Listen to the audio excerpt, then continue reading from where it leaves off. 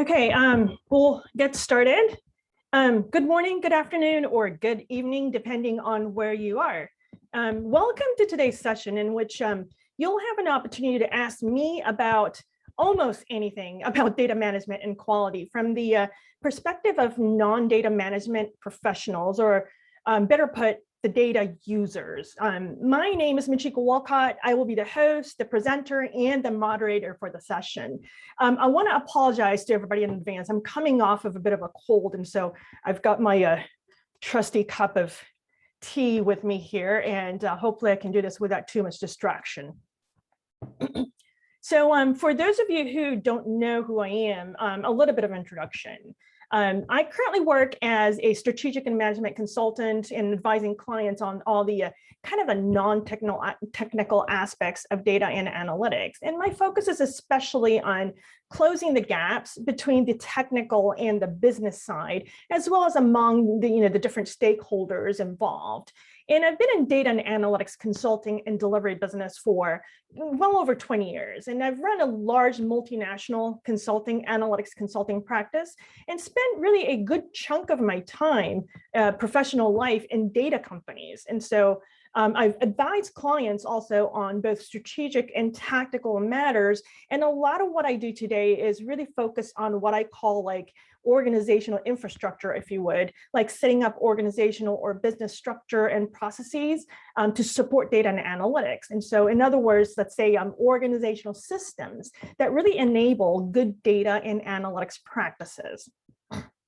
So as hot as the topic of data and analytics is today, there are really a lot of misconceptions and confusions and just things that people and organizations are doing that are just not very effective, right? And so a lot of it comes from kind of a lack of understanding or even awareness. We see some of that, if you're a statistician or an analytics professional, data scientist, et cetera, we see some of that in our profession as well, right? How often do we sort of lament that others don't understand how statistics or data science works? This is one of those the age-old questions, right? Well, they don't understand how this all works, et cetera. But from my experience, the sentiment is almost always mutual, right? So there's part of that we don't, they don't understand us, as well as, we don't necessarily understand some of the other things. And, as you might imagine, I spend a lot of time trying to straighten out these misconceptions and confusions. So before we start, I have some housekeeping items. So first, this session is being recorded. You should have gotten a little alert saying this session is being recorded a few minutes ago, or as you logged in. By staying in this meeting, you consent to be part of this recording. Otherwise, please do feel free to leave and wait for the recording. Everybody who registered will receive a link to the recording, as well as a copy of the slide deck. And since I'll be running a one-person show, I apologize in advance, second apology, for any glitches and mishaps. And in consideration for the other attendees, as well as to make the session a little bit more manageable for myself, your cooperation in keeping your video and mic off is very much appreciated.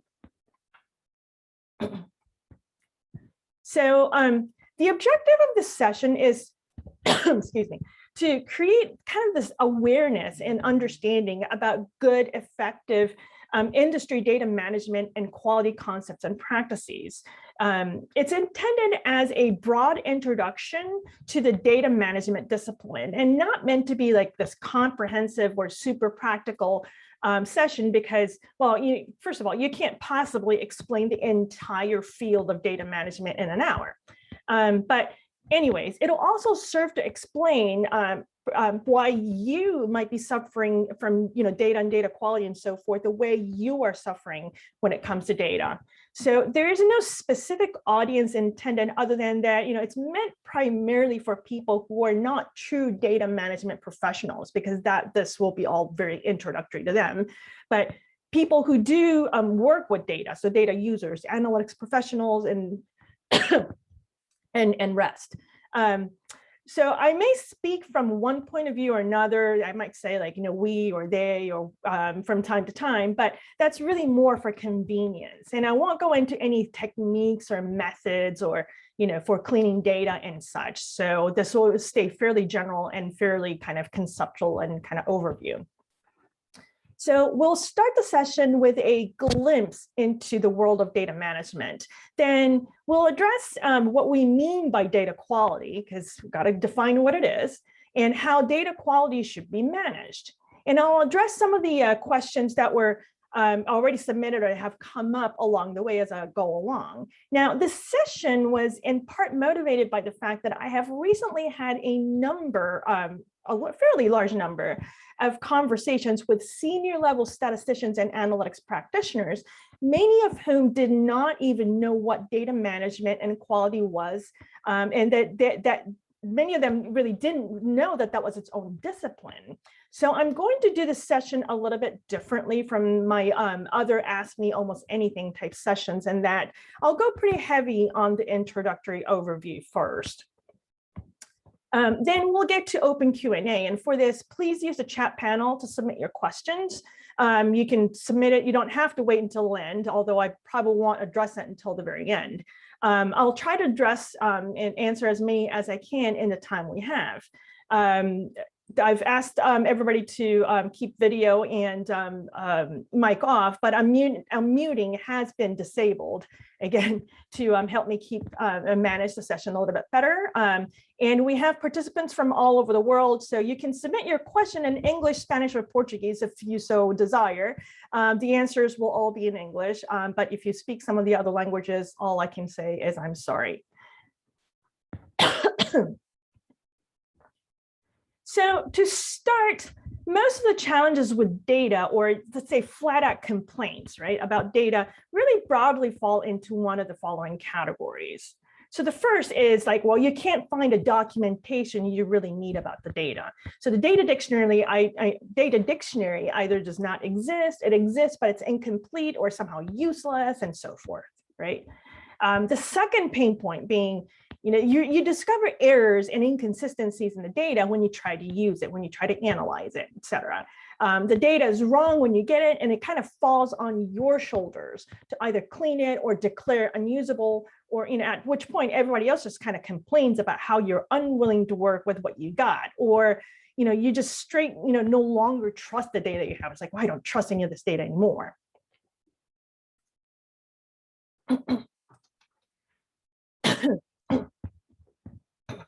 And the third point, oops, there you go. The third, the pain point is that the data does not reflect what the business or researchers understand to be the reality. So the data meets all the rules and the logic and so forth. So it's not an error in the technology sense, right?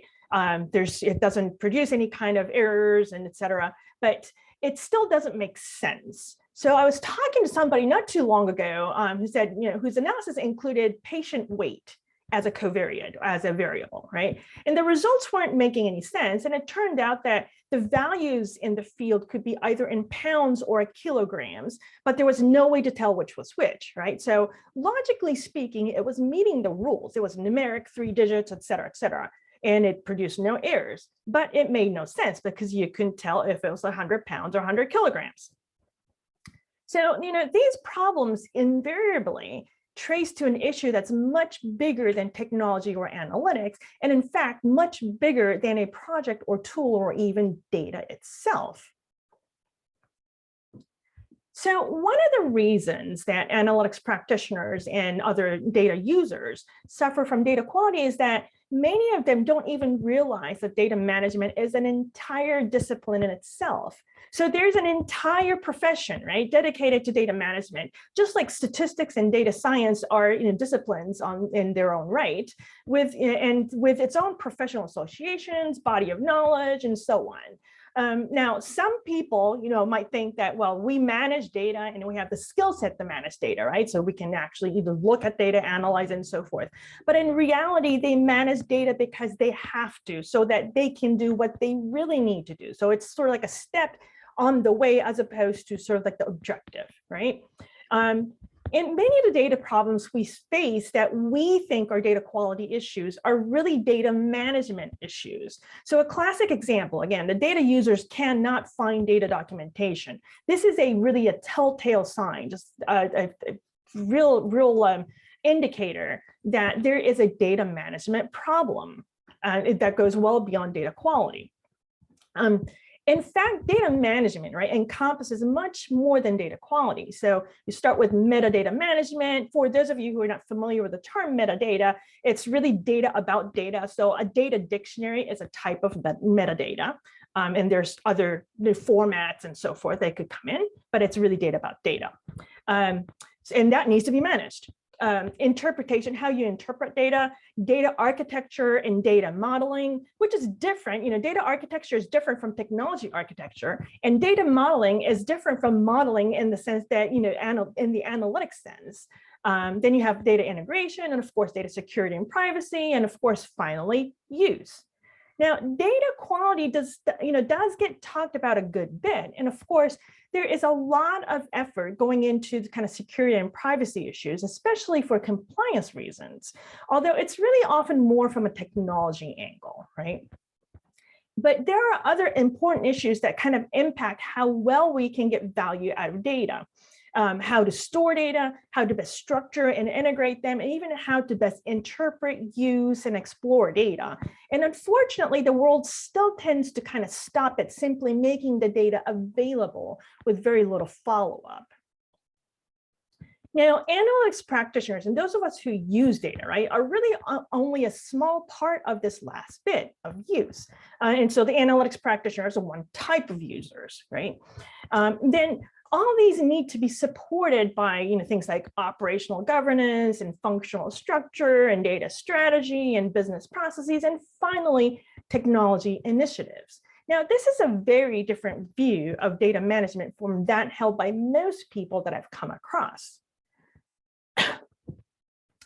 Data management is really asset management. So data needs to be managed like any other asset. Now, look at this definition of data management, right? The development, execution, and supervision of plans, policies, programs, and practices that deliver, control, protect, and enhance the value of data and information assets throughout their life cycles. Now, this is not the professional objective of technology or analytics. Neither technology nor analytics manage the entire life cycle of data. Right? What commonly happens is that there's no clear articulation of what is meant by data management or even data quality. So either technology is assumed to be responsible because they have the custody of data, or analytics is assumed to be responsible because they are closest to the data contents and they look at data all the time, right? And both get kind of frustrated because they're kind of thrusted upon with these responsibilities that are sort of outside of their scope of responsibilities. Now, I've been told by technology custodians of data hundreds of times that they have good, clean data, right? And after all, it meets all the rules and the logic in the system, and it doesn't produce errors. But I have not once found that to be true from the data user perspective. Now, this is not at all a knock on the technology people by any means. Don't get me wrong. They do great work and they're doing exactly what they're supposed to be doing.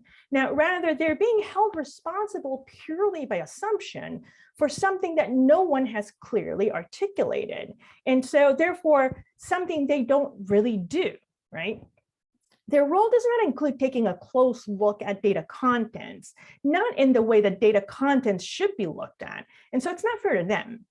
I've had technology leaders kind of lament to me that, well, they get blamed for all this bad data, but they did not sign up for that responsibility. They don't really know what to do, right? On the other hand, analytics practitioners, kind of reactively take on some of the responsibilities of data function because they're often the ones who first find the problems because they're looking at the data in detail, right? And no one else does. And so that they often have the skill set and the user perspective to deal with data cleansing, and just kind of feeds into this perception. And for that reason, they're often like kind of falsely expected to take on this responsibility simply because they are the closest to the data contents. Now, at the risk of upsetting some people, and I have kind of upset a few people already with this comment, and with some exceptions, data quality for analytics practitioners is a dependency and a constraint. It is not what they do. So keep that in mind.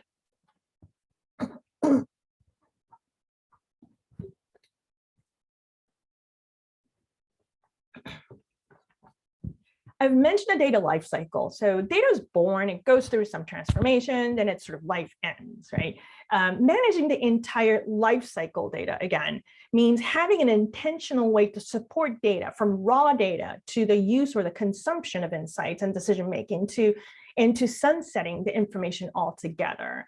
And there's a tendency to just kind of let data accumulate and deal with them as needed. And we rarely think of sunsetting data.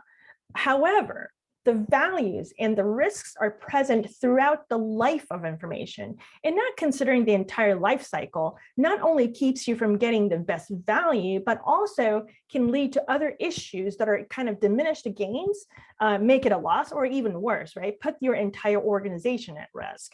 Now, there are some regulatory requirements for some types of data, but we need to be really intentional about when and how to sunset data regardless of the type or the domain. Now, you do get data one way or another, right? So it could be that there's some technology application automatically generates data for us in real time. It could be that we acquire data from somewhere else, or it could be that we intentionally collect it. Now, aspects of data sources kind of frame the validity of the conclusions drawn, so this is not trivial. Then what we collect, accumulate, or acquire needs to be worked before we can use them, so that we can use them correctly and efficiently, right? So that includes cleaning, structuring, developing business rules, and documenting, among others. Then we use the data for business or research purposes, and once we start using them, we need to maintain them so that you don't make decisions based on bad input, right? It's garbage in, garbage out, not just at the time you develop the analytic, but on an ongoing basis, anytime you use the resulting algorithm to make decisions.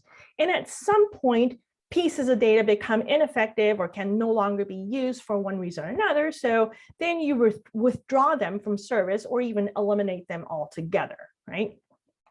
Now, analytical activities occur mainly during the use stage, and analytics has its own life cycle with similar stages. Now, insights are also drawn from the analytics, and they too have their own life cycle. Now, unfortunately, as I said, the focus today is still on how to get and use the information, and almost none on how to sunset. But at some point, the cost and especially the risk will outweigh the benefits, right?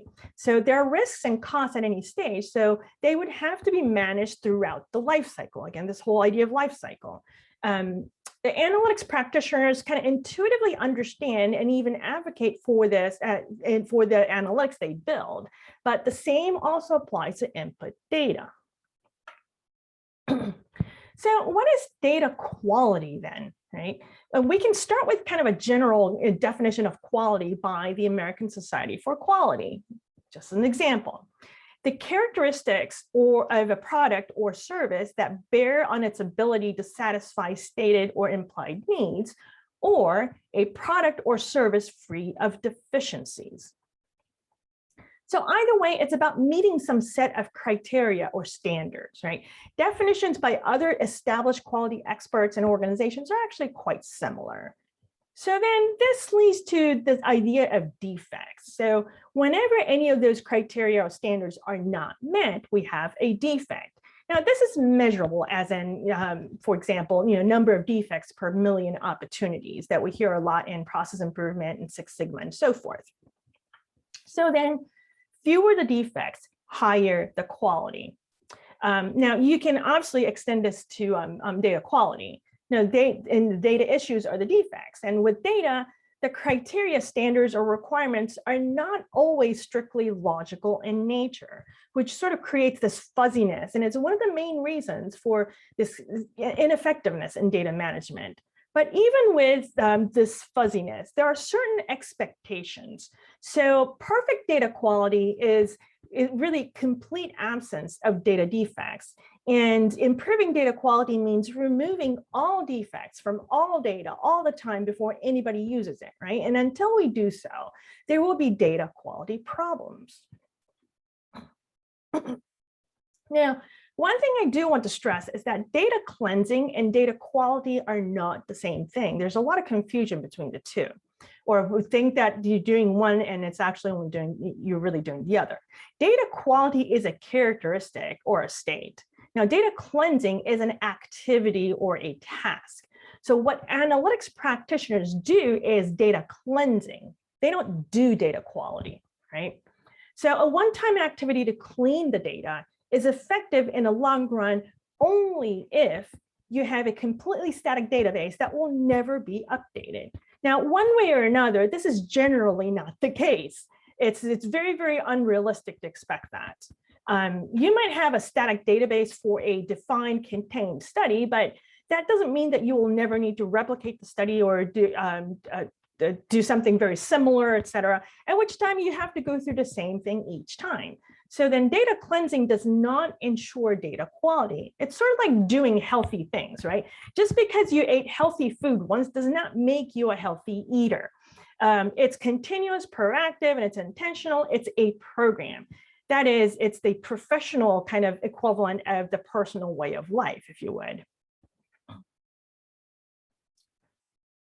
So although there are variations, different versions, if you would, the dimensions of data quality are fairly well defined. Completeness, how populated or complete is it? Validity, are the values technically valid?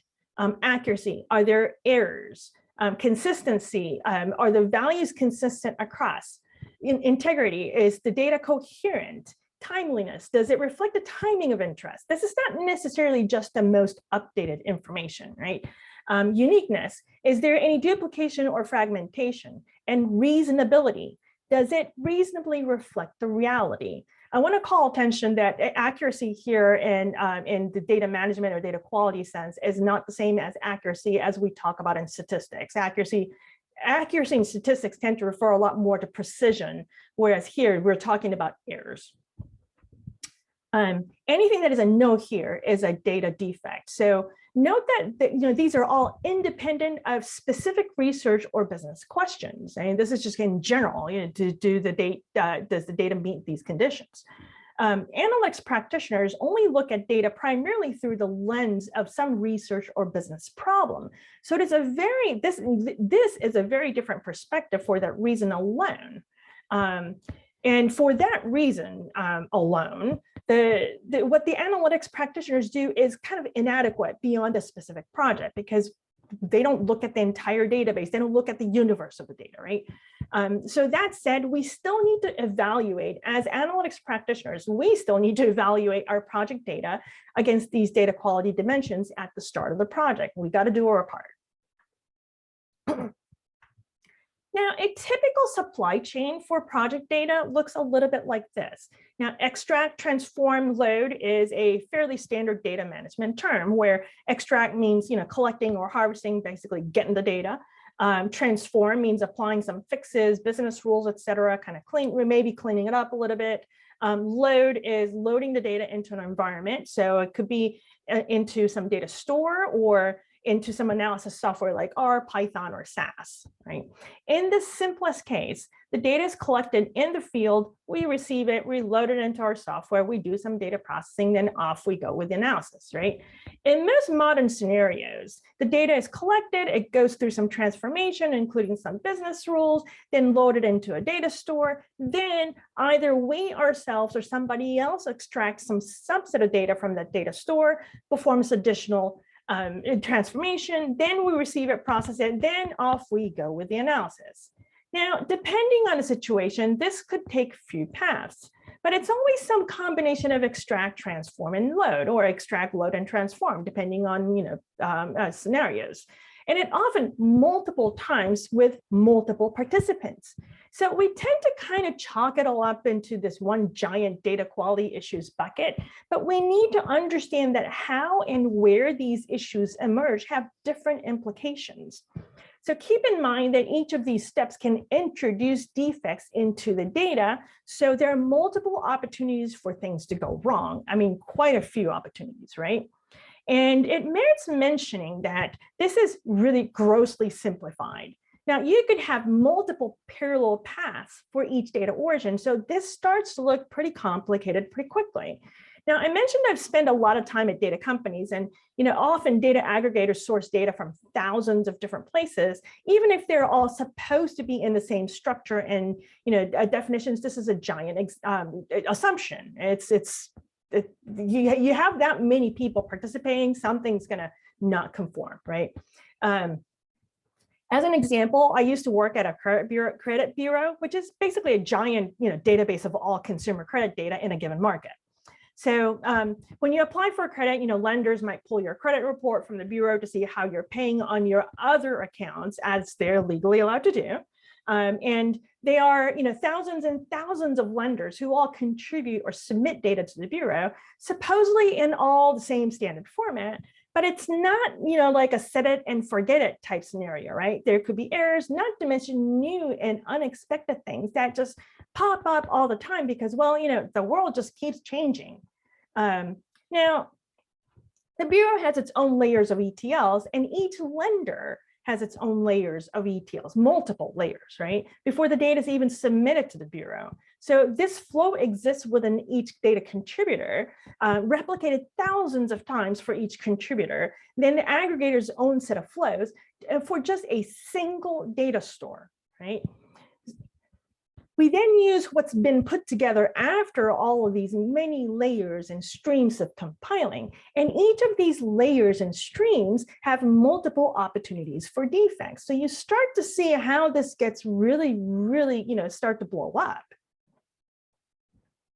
As I mentioned earlier, often either the technology group or the analytics group sort of, reluctantly and implicitly assumes the data responsibility in organizations that often struggle with data management.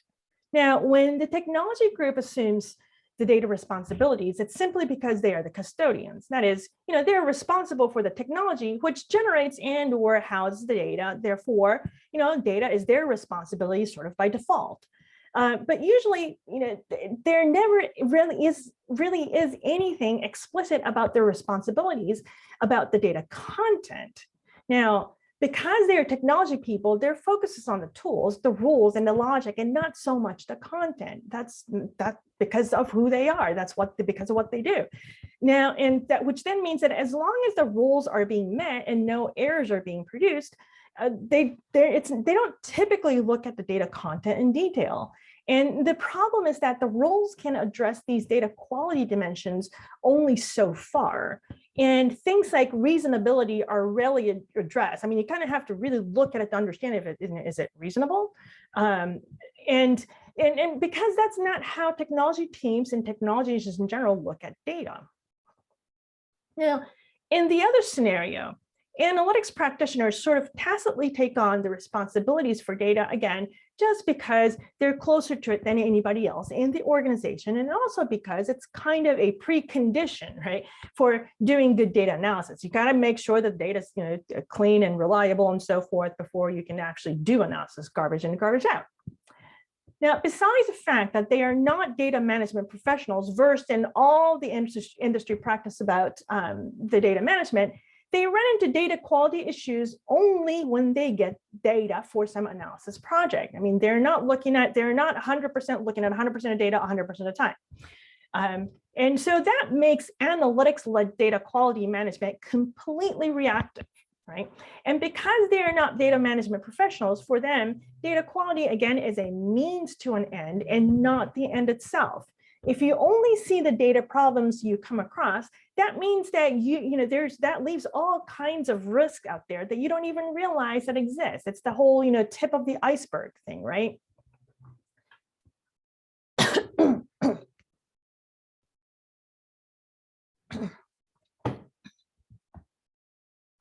It's also important to point out that data documentation from technology perspective is different from data documentation from the user perspective, much in the same way that auto manufacturers' documentation for cars is different from owners' manuals, right? I've run into so many different organizations who have very, very good data documentation with respect to the technology systems, but they have no data user documentation. The worst case is like, when there's incomplete documentation of any sort, a documentation exists, but no one knows where it is. It's like, where is it? Where can I find it, right?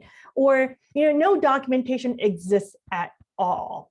As I mentioned earlier, difficulties trying to figure out where data documentation is a pretty clear sign of data management issues that are much bigger than just analytics or just technology, but rather at the organization or at the company level.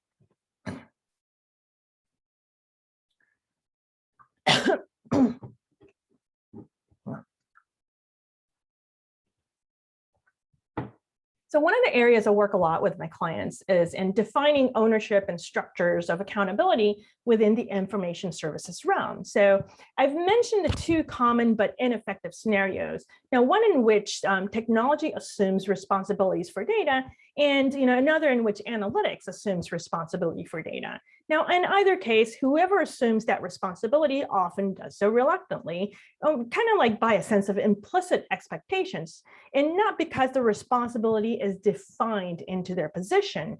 And that's one of the issues I see all the time. In the vast majority of these cases, there is no definition. But before we can define, we need to be aware. So I want to take a step back and get more into why neither of these is effective, which will then sort of start to make sense of what the solutions might be. So we all like cookies, hopefully. And I think we generally kind of understand, how they're made. So the ingredients are integrated and transformed according to the recipe and using the tools and appliances to produce, what we consumers like to eat. Now, the raw ingredients are the inputs into the logic and the recipe, and then the outputs of the whole process are the cookies. And even as consumers, we kind of understand that expertise in ovens doesn't mean expertise in flour. If you are, say, Nabisco or Keebler or any of the other, cookie brands, you're not expecting, for example, GE Appliances to be experts on flour, right?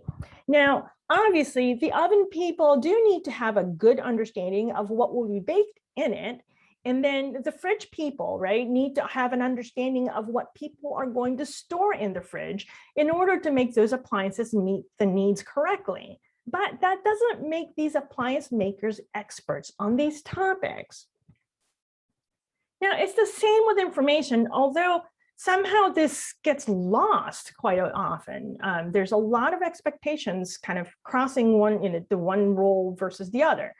But anyways, and with the information, there's kind of this raw data, which become inputs into analytical procedures. Then their outputs or results kind of lead to insights. So the data is the ingredient, analytics is the recipe, and the technology is the tool, and the environment and so forth to produce insights so that you can make informed decisions. Business and researchers can make informed decisions, the consumers, right? So each role brings different values to the table from the perspective of the consumer, again, the business or the researchers, right? The challenge with information, in contrast to cookies, is that all these functions, be it data, analytics, and technology, ingredients, recipes, and the environment and the appliances. These functions have a lot of skills, hard skills particularly, in common.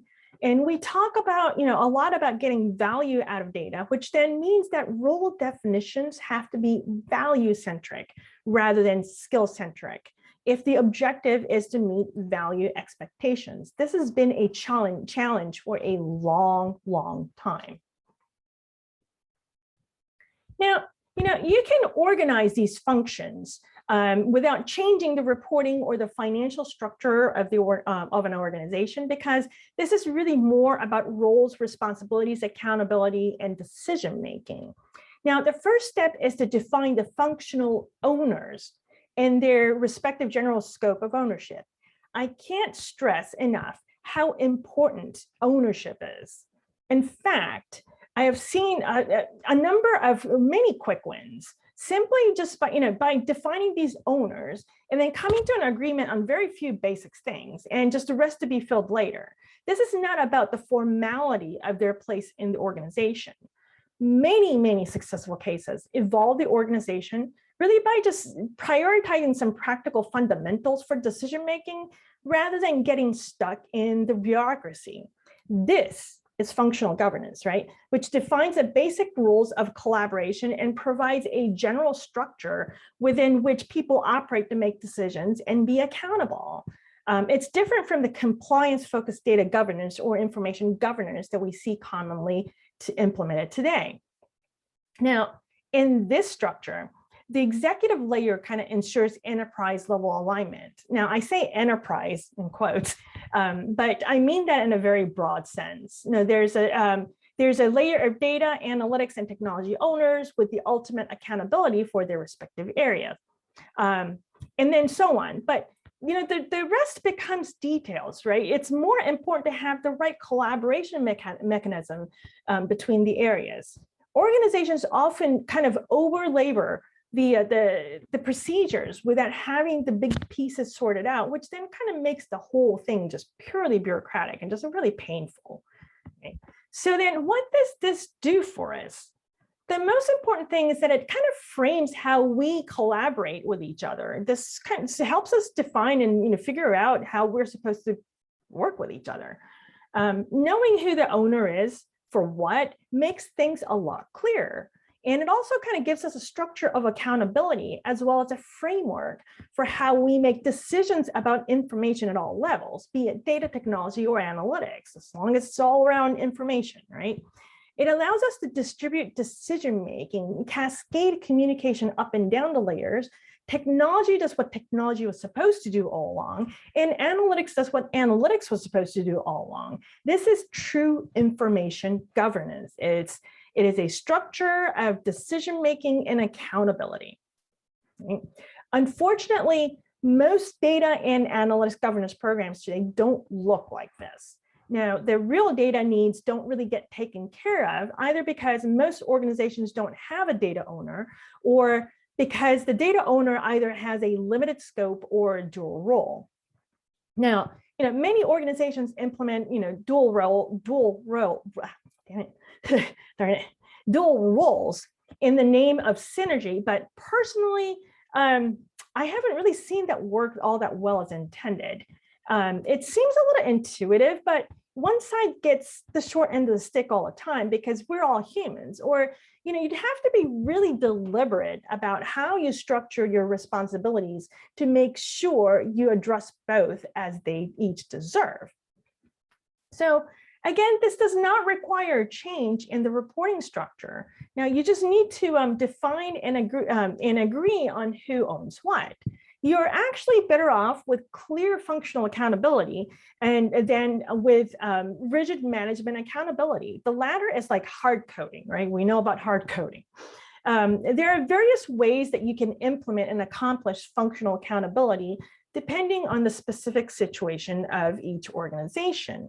Now, you might be in an organization that does not, explicitly have its own data, right? Or you might be in a more of a federated structure with some other organization. I mean organization, again, in air quotes, very loosely. And I'd say that, this kind of applies fundamentally even to the entire information services profession, right? The idea is still the same. You have to have owners somewhere, and we all kind of have to agree on who's accountable for what and how we're going to work with each other and who owns which decisions and so forth. So then, what is our responsibility? There are two things. First of all, advocate for establishing a proper data function. Right? Work with the leadership and the HR. You need a dedicated or at least dedicated point of coordination for all things data and the ingredients. Define the owners. I cannot stress this enough. Right? But that doesn't mean that you can just, wash your hands of any responsibilities about data, right? I mean, you're still going to have to work with them. We're all stakeholders, and as stakeholders, we may not be accountable in the long run ultimately accountable for data in the long run, but we are all responsible for contributing toward the well-being of the data and just in general doing the right things, right? So continue to be diligent about the data that you do see. Now, this also helps us develop this kind of innate trust with our colleagues anyway. So it's something you should be doing regardless. Now, if you're a technologist, learn as much as you can about the data content and how that relates to reality from the user's perspective. That's not going to convert you into a user, but you want to understand their perspective as much as possible. And if you're an analytics practitioner, learn about data quality methodologies to help identify problems, although reactively, since you don't see data until you get it for some analysis project, right? At the minimum, do a data quality audit for every data you receive as soon as you receive it. Don't wait until you just find out along the way. I think a lot of times what happens when we start analyzing somewhere middle, late in the project, like, oh, by the way, I found this. What's this? And then it turns out that it was like something, a bad error or some data quality issue, et cetera, and can't use it or have to start over, et cetera. Now, so do a data audit early on, like first thing. Check to see if you have all the documentation. Check your data against the 8 dimensions of data quality. Now, this is called an audit for a reason. You assume every data is defective until proven otherwise. And every project data audit you do will serve as the partial documentation of data quality that you can use to communicate with whoever becomes eventually responsible for overall data quality. Now, as I said at the beginning, this talk was really meant to be more a conceptual overview of data management and our place as users in it. So hopefully this gives you some context and explanation for something you've been suffering for a long time without knowing why, because we all sort of have run into these data quality problems and issues, and we've all suffered from it at least once, right? So before we go into open Q&A, I do want to do a quick plug. I am doing a more technical workshop in a couple of weeks on data quality methodology for analytics projects on Thursday, November 4th. Now here, I'm going to cover the data audit methodology that I just talked about. This is a more practical kind of step-by-step explanation of how to audit your data to avoid data issues down the road for a given project. So, this will be for analytics practitioners with a more technical focus. There's no a specific requirement in terms of tools and so forth, but you do want to understand the general analytics or analysis process. So you will receive a link to the workshop event page and the follow-up email from this session as well. And you can get more information about the workshop and register from the website as well, which is posted here. Now check it out and sign up for future email updates. I'll like to do a little bit of a plug, right? Because this is a free session. But anyways, follow me on LinkedIn, Twitter, and Facebook. And with that, I hope you found this useful.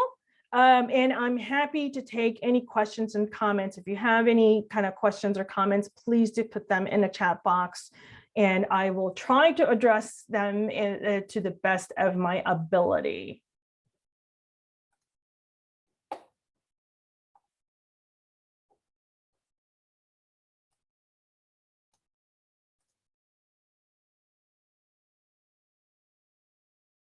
I'm going to give everybody a couple of minutes to see if anybody has any questions.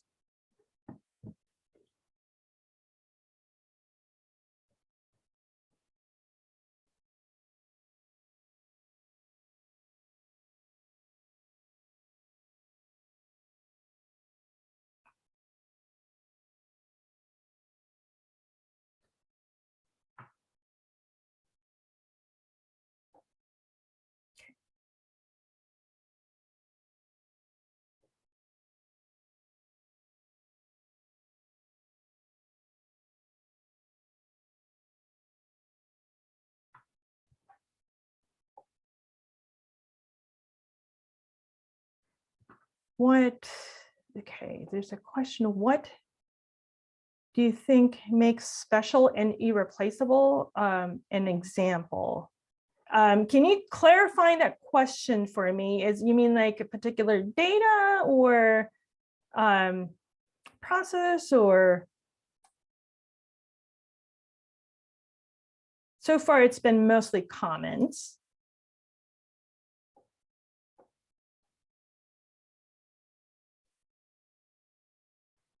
They need to know the context and environment of the material they work on. Absolutely. Again, I've sort of commented earlier that this is not, as analytics professionals, if you are an analytics professional, this is not our objective, but we are absolutely dependent on it, and we're often limited by the data quality.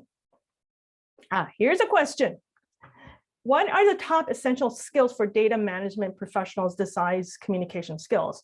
Should they be with IT background? I have actually seen backgrounds that are quite varied, and so you don't necessarily have to have an IT background. I've seen people with background from IT as well as more on a statistics analytics side, as well as business, honestly, business and or social sciences and kind of research background as well. And so the technical skills are probably going to be required to do this is going to be a little bit different, right? It's probably going to be dependent a little bit more on the specific tools and so forth. Again, which again, tools, one can learn tools. So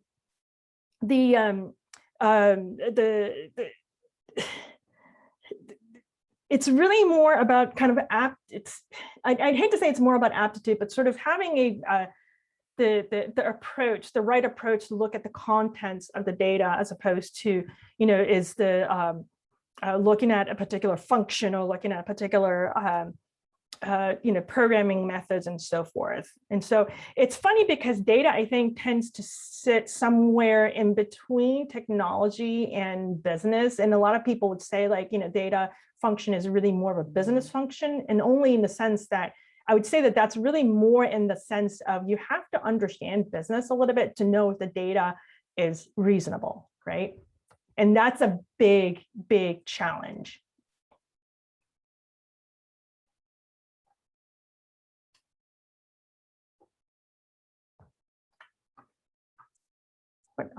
Okay, so hopefully that answered that question. I'm gonna have to see if I can scroll this a little bit better.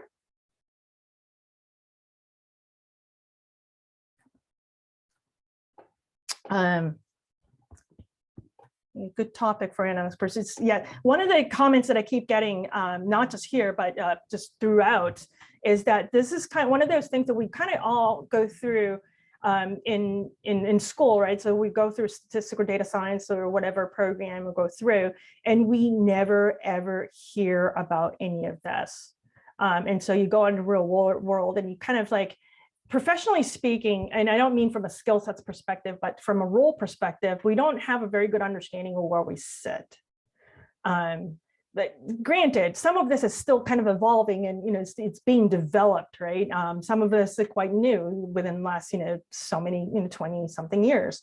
But that said, I think what I wanted to, as I said earlier, what I really wanted to do is kind of create this awareness that, hey, we talk about analytics, we talk about technology, but hey, there's this other place, other field, other function that that we don't ever hear about, that is like super, super important.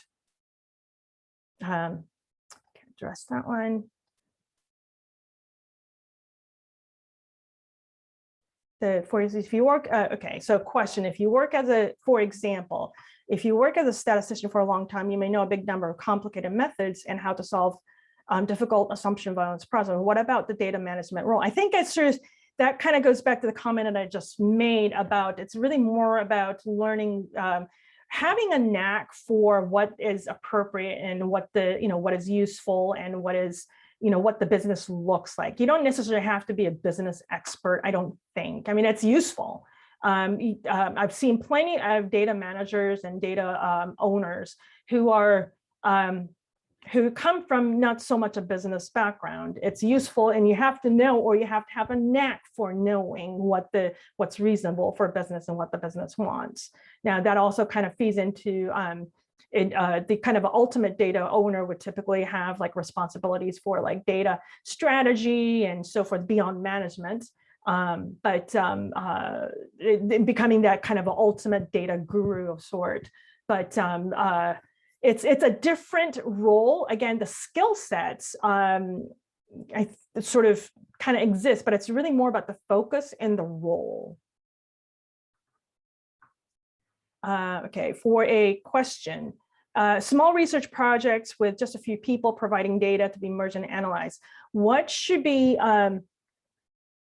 considered when deciding whether to devote additional resources to the use or maintenance of a database? So a few people, if you're talking about 2 to 3 people, I mean, don't overkill it, right?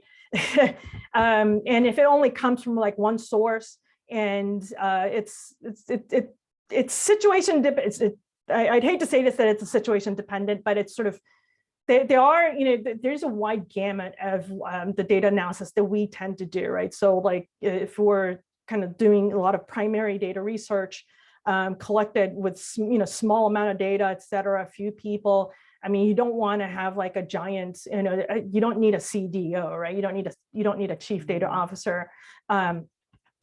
Having said that, you want to sort of at least come to an agreement on who's responsible for what, even within the small team.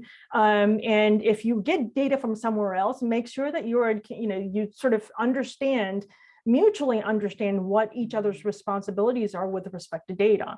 And as analysts, every data you get, right? Every data set, files, etc. you get, make sure you audit it up front. Again, I'm plugging the workshop that I'm giving in a couple of weeks. We'll go through that. It's a tried and true method that I've used for a couple of decades. But don't wait to find out data quality problems until further down the project. Hopefully, now so then what is too small and what is too big when it comes to having data? Do you really need a dedicated data person in an organization, et cetera, et cetera? I am a bad abuser of rules of thumbs, but I sort of have kind of gone under the idea that in most cases, for like every like somewhere between 5 and 10 users, you want a person who's really looking at one person who's really looking at the data. Again, that's going to depend on a lot of things. I mean, if you get data from only one source, I mean, that's going to be, if you get data from multiple sources and you have many contributors, yeah, that's going to take a lot more because you have a lot more things to tame. And so it will be situation dependent, but the bottom line is that you need one a lot sooner than you think. I have never seen a case where it's like, oh, you're overkilling it. It's been always, you really need a dedicated person and you don't have one. Okay, the next question. My question is, as a data analyst, junior data analyst, I'm overwhelmed by all the information that are needed to gather the data quality. I gather for the data quality, how sensors are configured, how the data are transmitted, et cetera, et cetera. I spend more time in figuring them out than doing an analytics. I'm a little lost here. Any suggestion for that? You are citing like basically the kind of perfect case for having somebody who's dedicated, responsible for data, unless, again, the organization is too small or the situation is too small. Again, it's going to be case dependent, but if you feel like you're having to, now, having said that, right, we as analytics people cannot shy away from wanting to learn and finding out about data, because you learn so much about the business by just kind of tackling and wrangling data. I cannot stress this enough. This is not to say that this is not to say that any data wrangling is a waste of time. Not at all, right? This is to the contrary. What it is what we do want to do is sort of time wasters, the true time wasters from an analytics perspective. So how much time do you waste trying to look for data? Or how much time do you waste trying to look for documentation? There's no reason why you have to look for documentation, waste time in doing that. So there's, again, those types of problems come back to data management issues. If it's not documented, that's a data management issue, et cetera. And so it goes beyond I don't want to do, the criteria is not I don't want to do data wrangling. That is not a valid criteria.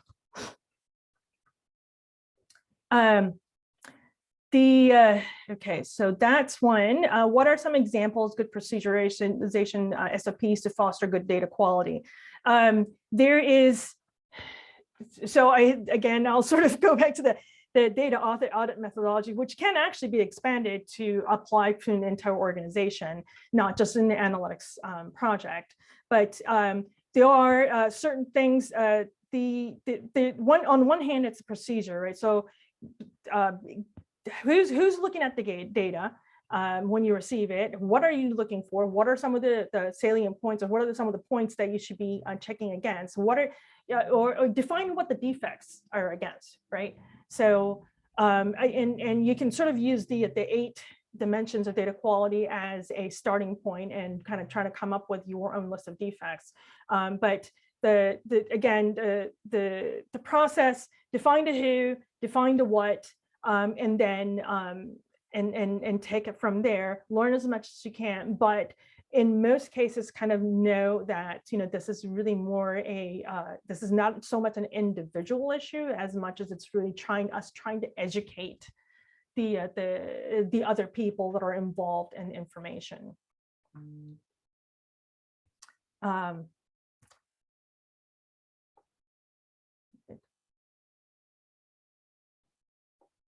See, one of the biggest flaws in many data systems is failure to distinguish label and label missing values. That is, again, that becomes one of those conversations that the data owner or the data management person and the user of that data have to have. Now, there are system limitations and so forth, but there's no reason why you can't define one way or the other. Okay, when you see this value, it means missing. When you see this, it means 0. Yeah, so any number of times I've run into systems that default to 0, and 0 doesn't mean 0, right? 0 actually means like undefined and things like that. And you can tell the real 0 from the undefined, which is a problem. And so this is where somebody needs to own defining those rules.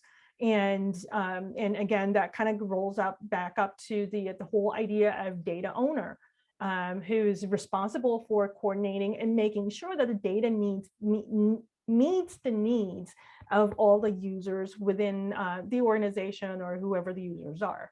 So anyways, I think, oh, sorry. How long would it take for consultants to restructure current practices of not having data managers in big organizations, just IT&S? I have seen that like a million times, right? It's actually, it can be a seismic change, but it can occur relatively quickly. And I would say this again, as long as we don't try to complicate it, right? And this is why I say, like, start with owners and start with who is ultimately responsible for it. HR has to be involved. The people at a relatively high level need to be involved to make sure there's buy-in and so forth. What I find invariably is that so the parts that are the parts that are bickering, right? So typically the analytics people and IT people are just like they're pointing fingers like analytics people don't understand us and IT people don't understand us and for analytics and so forth. But typically what happens is, like, when I actually talk to them and try to find out what's going on, and the pain points are exactly the same. So they're really like they're agreeing. They have no idea they're agreeing. Right. And so it's really not about the people, it's really about the system in which they reside. And so let's fix the system. The system is the biggest. I mean, it's if you can start with defining an owner and kind of starting from there. And I've helped a lot of organizations kind of get through all this. If you can start with the owner and start from and get agreement on that, you're solving like half of the problem, right? Or half of the problem, at least towards the future anyways. And so I can't stress the importance of having the right owner and right structure. If anybody wants to kind of contact me offline and have a bigger chat about this, I would be more than happy to do that. And